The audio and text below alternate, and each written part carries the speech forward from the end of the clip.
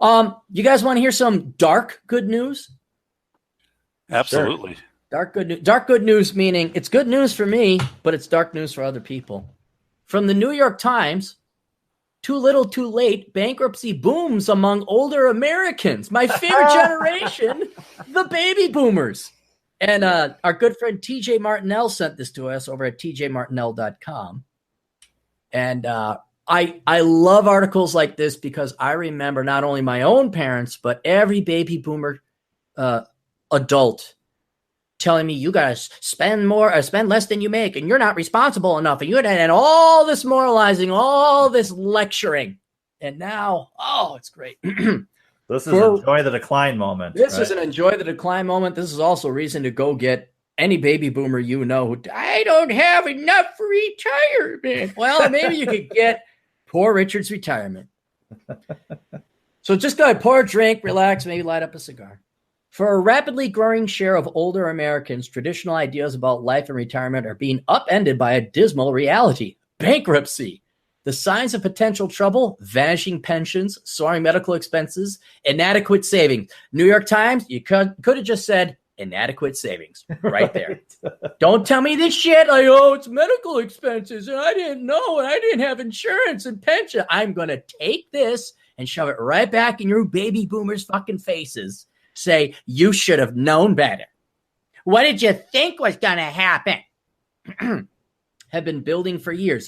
So you had decades to figure this out, baby boomers. Decades. Fucking 401ks came out in 1978. 3 years old. You guys couldn't have saved the money by this time? Now, new research sheds light on the scope of the problem. The rate of people 65 and older filing for bankruptcy is 3 times that what it was in 1991 when they were lecturing you about how you had to go and get a job if you wanted to drive a car. The study found. I'm sure that's percentage-wise. The rate of people. Yes. Yeah. So it's 3 times higher. I mean, the economy's been booming for the past 2-3 years. I know there's the Great Recession. But you should save for a rainy day. And the same group accounts for a far greater share of all filers. Oh, that's too bad.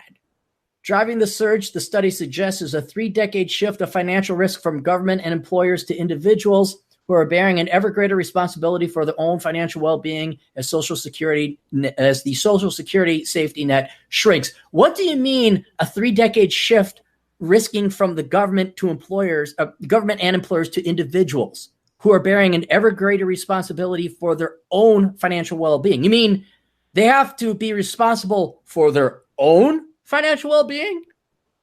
Beforehand, it was the government and employers that were responsible for you? I just love this article so much because these baby boomers are the epitome of the child generation. They never grew the fuck up, but they had the arrogance and cockiness to lecture us. And now the millennials are going to blow them out of the water in terms of the most childish generation. Just haven't gotten there yet. But people always ask, why do you hate the baby boomers? This is just throw this on top of the heap. Throw this on top of the heap. The transfer has come in the form of, among other things, longer waits for full Social Security benefits, the replacement of employer-provided pensions with 401k savings. Well, did you contribute? And more out-of-pocket spending on health care. Well, you guys voted in Obamacare. How do they not have it with Obamacare? Right. Is that even true, though? The retirement age for Social Security has not gone up. It has not gone up. It scales up, but according to life expectancy. So you should have the same amount of working percent. You should have the percentage of your working life should be the same to support you during your non-working life. And these assholes, these fucking assholes that dare complain about healthcare costs are the ones that decide to ram up tuition costs, ram up housing costs. I mean, the costs are different. Oh my God, healthcare costs. Like, yeah, but you didn't have to pay jack fuck all shit for tuition. And your degree actually meant something back in 1971.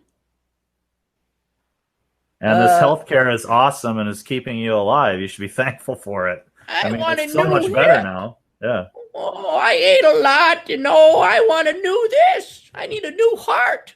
Or you young people need to die so you could donate your organs to me. Declining incomes, whether in retirement or leading up to it, compound the challenge. Well, too bad for you. I guess recessions happen. Cheryl McLeod. See, now we tell the personal story about a personal fuck up. We talk about a loser here. Cheryl McLeod. I'm going to guess the New York Times, when they talk about Cheryl McLeod, are going to skip over or really gloss over a couple major questions and flaws and decisions Cheryl's made back in her "Come on, baby, like my fire" days. Cheryl McLeod of Las Vegas filed for bankruptcy in January after struggling to keep up with her mortgage payment and other expenses. Why? DT, the man? I'm sorry, DT? Doc? Yeah. What do you already have a question about with her mortgage at 70? Why she's even got one? Why do you have one? Should have been, yeah. Should have been paid off long ago. And then how big is your house? Right. I'm 70. Downsized yet. Yeah. Did you downsize? I need to keep my house. I like my house. Yeah. I'm 70 and I'm working for less money than I ever did in my life, she said. This life stuff happens. Not in fucking Vegas. Do not see. Oh, God, I hate these liars. I live in Vegas during the winter. There is a labor shortage. You can't find competent staff to show up and serve on time. And the staff that they do have is working so much because they're all short-staffed. This woman could have walked out and found another job like that. Guarantee she sat there watching her daytime soap operas, or perhaps Dallas, maybe Game of Thrones. Maybe even the game of the nice chair. Yes. As the study for the Consumer Bankruptcy Project explains, older people whose finances are precarious have fewer places to turn. When the costs of aging are offloaded onto a population that simply does not have access to adequate resources, something has to give, the study says. And older Americans turn to what little is left of the social safety net, bankruptcy court. You can manage okay until there's a little stumble, said Deborah Thorne, an associate professor of sociology. I try finance, lady. I don't trust a word Deborah Thorne says because sociology isn't a real degree. And an author of the study, it doesn't even take a big thing. Yeah, lady, I don't believe you. I don't believe anyone who worked in academia her entire life knows the first thing about personal finance. The forces at work affect many Americans, but older people are often less able to weather them, according to Professor Thorne and her colleagues in the study. Did old people today not realize they would get old and things would get harder? No, they're going to have lifestyle lifts. They're going to have lifestyle. Yeah. They're going to be 27 forever. Older people often, according to Thorne and her colleagues in the study. Finding and keeping one job is hard enough for an older person. No, it's not. Why is that hard? Taking on another to pay unexpected bills is almost unfathomable. Oh, no, not working 2 jobs like pretty much everyone else did. Not 2 jobs. Whoa. Bankruptcy can offer a fresh start for people who need one, but for older Americans, it is too little, too late, the study says. By the time they file, their wealth has vanished, and they simply do not have enough years to get back on their feet. I guess you're going to go live in a ditch. Guess you're going to go. What was your song? Your song, Cappy. Oh, what was that? That's an oldie but goodie. That's a long time ago. You put music. Da, da, da, da, da, da, da. Yeah, I put it to music. We got to find that. Where was it? Like there's an old nursing home for you or it was really good. I can't remember. I used to be able to sing it, but it's been too long. Go fuck yourself in a nursing home or something like that. I was like, don't shed me no baby boomer tears or something like that. It was, well, maybe we can find it. The data gathered by the researchers is stark. But February 2013 and November 2016, there were 3.6 bankruptcy filers per 1,000 people, 65 to 74. In 1991, there was 1.2. Well, maybe you should have saved up the money. The jump is pronounced, although the actual number of people was relatively small, about 100,000. Signaled there were many more people in financial distress. People who show up in bankruptcy are always the tip of the iceberg, law professor said. The next generation nearing retirement age is also filing for bankruptcy in greater numbers, and the average age of filers is rising, the study found. I'm looking for another story. All they did is cite Mrs. McLeod, or Miss McLeod. There's another. This is so thin, Gentlemen, what else does this tell you about Miss McLeod? Ms.? Yeah. She's not a Mrs.? She's not a Mrs. Sometimes that's just to be polite, though. Sometimes they do that. Even if a chick is married, you won't say Mrs. Yeah, but there also is no mention of a husband or death. I'm just going to assume that she is single. And I know this is presumptuous of me. It's prejudice and stereotyping, but I'm going to guess Miss McLeod, being from the baby boomer generation, at one time had a husband and had to get divorced because it was the cool and fashionable thing to do, right? Probably. How much you want to bet she has kids? You don't know that. Yes, we do. Miss McLeod said she had managed to get by for a while after separating from her husband several years ago. There it is. There it is. Oh, the cynicism always pays off, guys. It always. And you didn't read ahead there. You acted literally the next sentence. Just the next sentence. Nope, I'm not joking, guys. You didn't bullshit us there. Nope.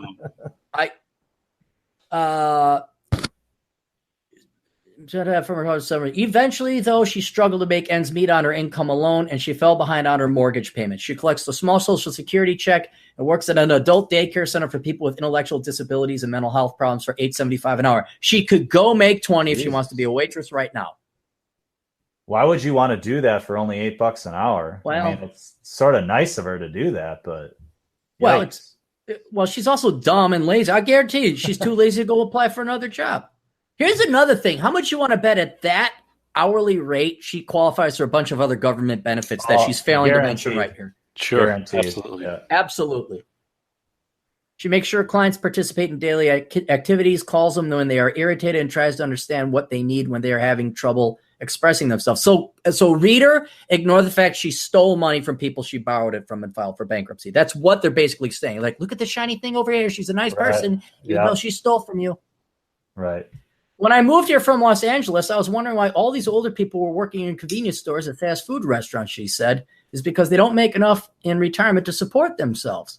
McLeod said she hoped that filing for bankruptcy would help her catch up on her mortgage by stiffing her creditors. I didn't say that. That was added. So she could stay in her home. I'm too old to move out of here, she said. I'm trying to stay stable. There's some charts. That's exactly right, though. That to add in the bit where she works with the developmentally disabled people, that's to try to excuse what she's doing. Right. Yeah, 100%. Completely. She is a thief.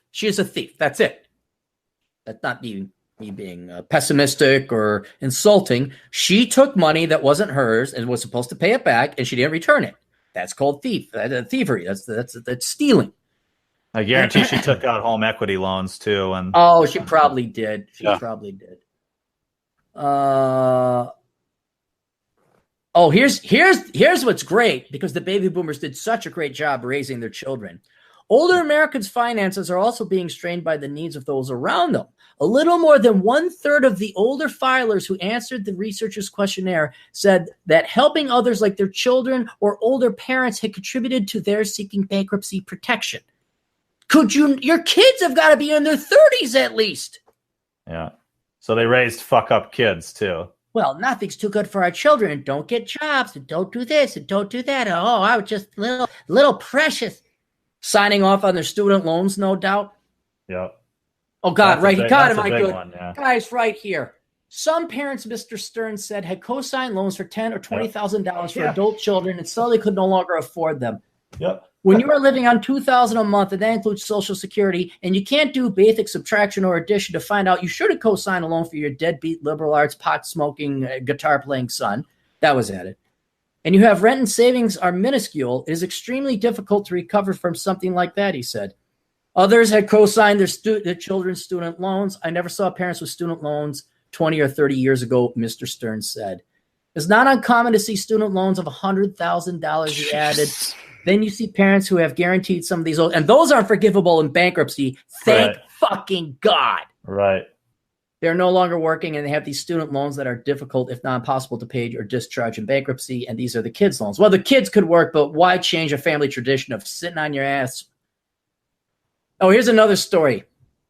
For Lawrence Sedita, a 74-year-old former carpenter now living in Las Vegas, the problems began when he lost his health insurance about 2 years ago. He has been on disability since 1991 when a double pack of 12-foot drywall fell on his head at work. All right, well, he didn't control that.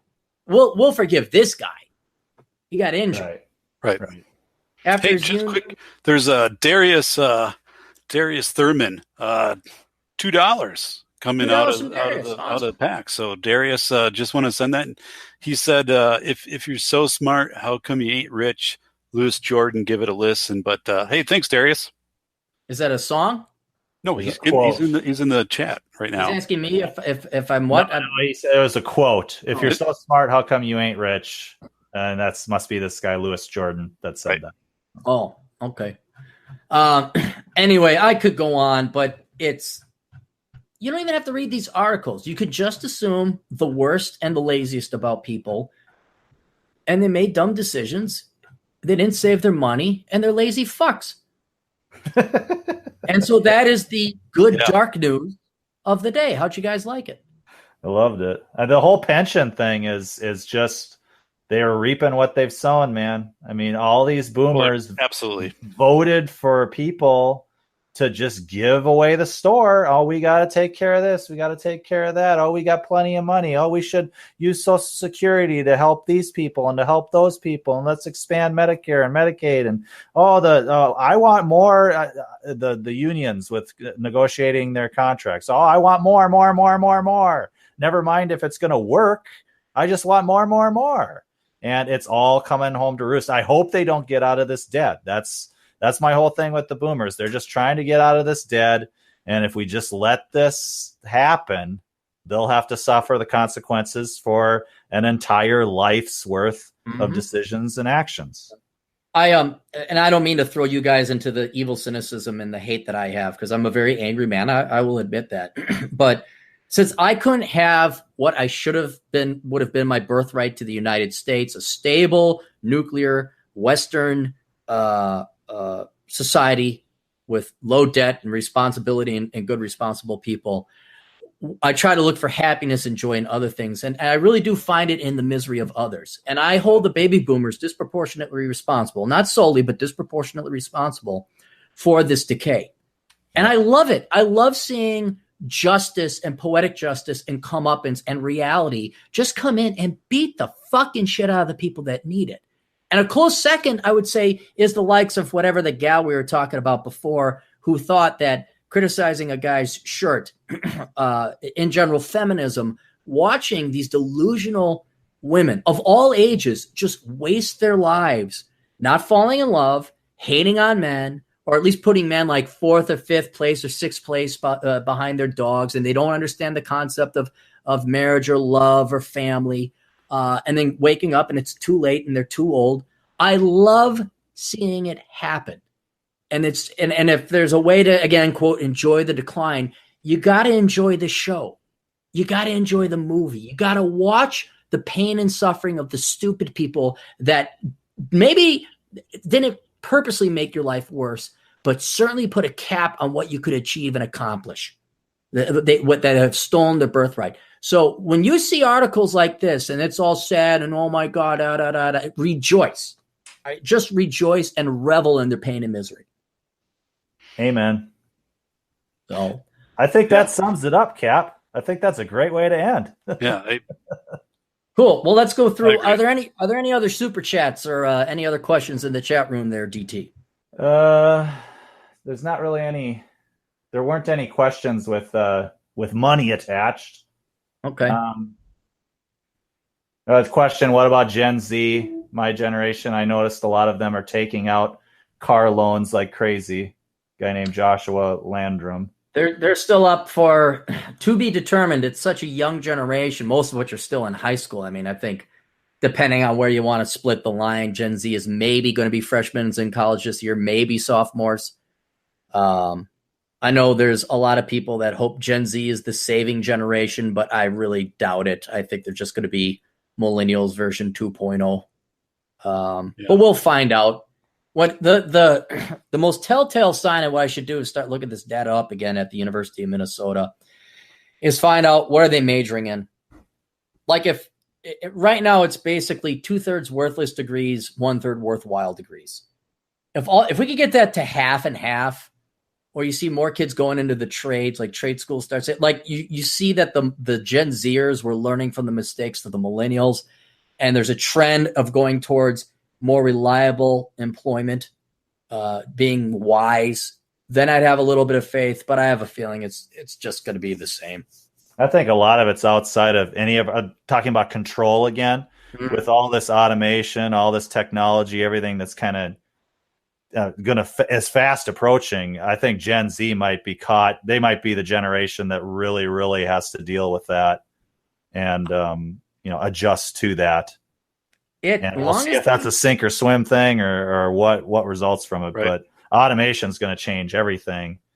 And it might be a totally different economy when they start coming into their own. So, we'll find out. We'll see.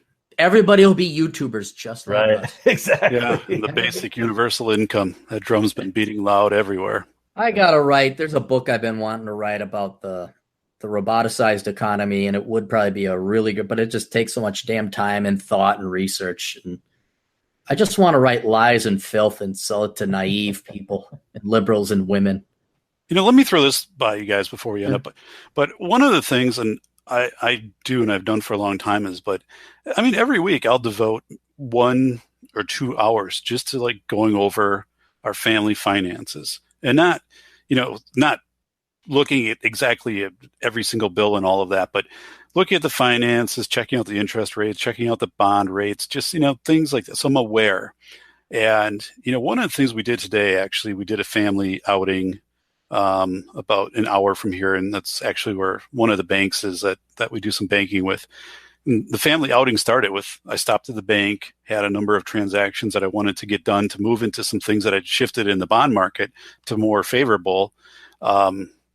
And had everything laid out, sat down, with this young lady doing the banking stuff. And she's like, holy smokes, like you've got this laid out. I'm like, yep, here's this. And all I want you to do is like put the number over here of how you're changing the account once I close this and open this. And it's smooth. And it took about an hour. But, I talk to my friends, I talk to anybody. They consider finance as outsourced. And this was, this is a Gen X. It was the person running the pension. It was the company. It was Social Security government, but nobody takes responsibility. And I'm like, my God, it is, I just think, it is, we go on vacation in Door County. My daughters, take so much money with them that they've accrued through birthdays and whatever. And they're sitting there and they're weighing decisions on little, places we go, shops. Should I get this? Should I not get this? And it's like, okay, we can swing back here, tomorrow. If you want to give it a day to think about it. Yeah, I'll think about it because, then I'll have so much left and whatever. But I'm like, it just, and we don't teach this. Nobody teaches this. And if they do, it's a sham. But I don't know if you guys do that or not, but I feel I'm aware of I feel it's a responsibility. It's such a huge part of your life. My God. Doc, here's the thing. I'd have to look up the figures, but if you want to use this as a proxy for the percentage of people that do what you're doing right now, in my book, Poor Richard's Retirement, I think only 30% of baby boomers have enough money saved up for retirement. So to answer your question, if that's the most reliable eldest generation, 70% of people don't save up enough for retirement. They're not doing what you're doing. There was another article that came out a while ago, something like half the people don't even have $1,000 in the checking account. 60% of the people don't have enough money to save up for a $2,000 emergency. Again, I'd have to look at my, it's dismal. It's absolutely atrocious and dismal how few people actually take their finances seriously. And to give you even a worse, I'll give you 2 stories about the classes that in 6 days I'll no longer have to teach. These finance classes I run. One question I get commonly, like when people are introducing themselves, I say, hey, introduce yourself. Tell us what's going on a little bit. People who are in their late 50s and early 60s that like have nothing saved up for retirement say, it's time to get serious about retirement. And I got to just sit there and I heard that on a commercial. I'm just kind of like, what do you think? I'm Alex Trebek and I'm going to sell you a reverse mortgage or something? And then the first assignment that we have is it's how much do I need a retirement calculator? So they run the figures like, I don't have enough for retirement. I'm like, yeah, and then what do I do? I'm like, and I say, well, you're going to have to work till you're 75. And that's fine because there's other benefits that come with it. Like you get to talk to people, and a lot of it's my personal opinion, very few people can retire. You have to do something. Yeah. So this magic line of 62 or 65, I think, is quite arbitrary. But this happened 4 times. Not 9 times, 9 times, 9 times. I don't remember being missing school 9 times. Anyone who could tell me what movie that's from, I'll be impressed. I don't know. Ferris Bueller's Day Off. Okay. This happened 4 times in my 19 years of teaching. People had an IRA or a 401k account. In 3, I think, of those instances for over a decade. For decades and change. Guess what they didn't do with the money?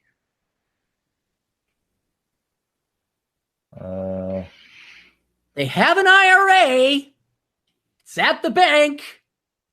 They never checked to see how it's doing. They put the money in it. They put money into their IRA. Never rebalanced. Are you talking? They never invested it. Period. They just funded it. Oh my God! Left it in like a money market. Oh my God! And I'm like, what? And that wasn't on purpose. That wasn't like, well, I don't trust any of these stocks. I'll take the guarantee. No, it was like, well, the bank will take care of it. That's hundreds of thousands of dollars. All they had to do was invest in the fucking index, make one transaction, and they would have had hundreds of thousands of dollars set on an automatic investment. Oh my God! And those are average people, Doc. That's your commoner out. This is why I have such a disdain and why I wrote the book Curse of the High. All my books are about how much I hate society. There are so many idiots. But the problem is we are so spoiled and we spend so much money with debt and we pay for everything that our average people are also effectively functional idiots because they've never had to work at anything. So their IQ could be average. It could be 100. They could be perfectly capable people of perfectly average things. But since my parents paid for it, why should I have to pay for food? Well, I gave it to the bank. They took care of it. Well, this is my house. I own the house. What do you mean the bank's going to foreclose? The level of stupid among average people is insane.